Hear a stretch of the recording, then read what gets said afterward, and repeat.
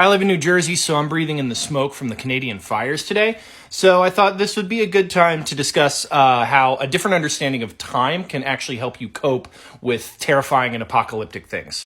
Hi, I'm Matt Hirschberger. I write about facing a bleak world with hope, curiosity, and imagination. If that sounds like your thing, give me a follow.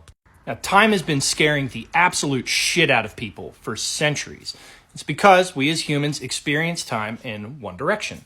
We've got the present, which is right now. We've got the future, which looks very scary, in which at some point we'll die and everyone we know will die. And we've got the past, which was nice, and we were getting little hugs as kids, and we were running around and playing in fields. So it seems to us like all of the good stuff is just gone, and only bad and bleak and terrible shit lies in the future. And people reasonably get a little bit upset about that. So how do we put a hopeful spin on the certainty that you and everyone you love are going to die someday? A good place to start is Albert Einstein. Albert Einstein's theory of relativity revolutionized the way that we think about time, and he famously wrote shortly before his death, after a friend had died, he wrote to his friend's wife that he and his friend knew that time was a stubborn but persistent illusion. What this means is still kind of debated today. The science is not firm on this at all. So we're engaging a little bit in science and a little bit in fiction here, but it's still worth doing. So what did Einstein mean by time is an illusion?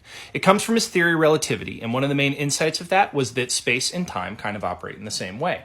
So if you're sitting wherever you are right now, just look out and you can see multiple different points in space all at once.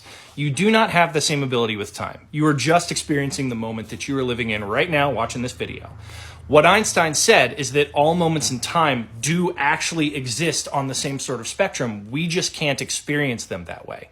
That's just kind of a fluke of being a human in the world. This can be kind of hard to wrap your head around, but fortunately we have science fiction authors who have done a really cool job at explaining it. In Kurt Vonnegut's book Slaughterhouse-Five, he talks about an alien species which can see all time at once, called the Trifalmadorians.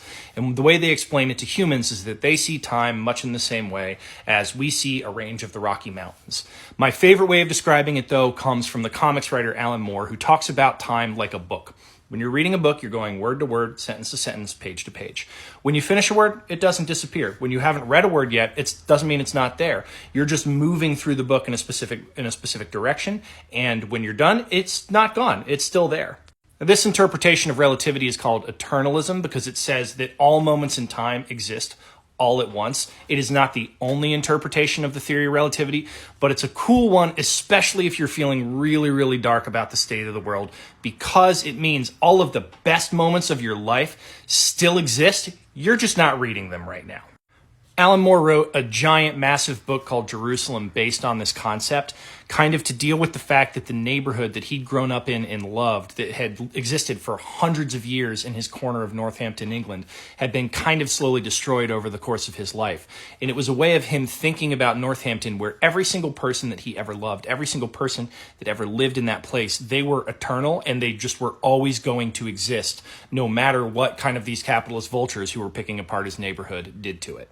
So one of the big objections to the block universe is that it completely annihilates the concept of free will. If everything is already fixed, then you don't really have a say in kind of what ends up happening. But another way of looking at it is that you should actually try and live in every moment as well as you can, and try and enjoy every moment as much as possible, because every moment that you live is eternal. In this concept, all of your worst moments are hells. They are just terrible moments that exist for forever. All of your great moments are heavens, and they just exist for forever. If you've lost someone that you love, they're still there doing the thing that you remember them doing the most, somewhere back there in the ether. I personally find it a very, very hopeful way of thinking about the universe, understanding that moments that I've lost aren't really lost. I'm just not reading them anymore.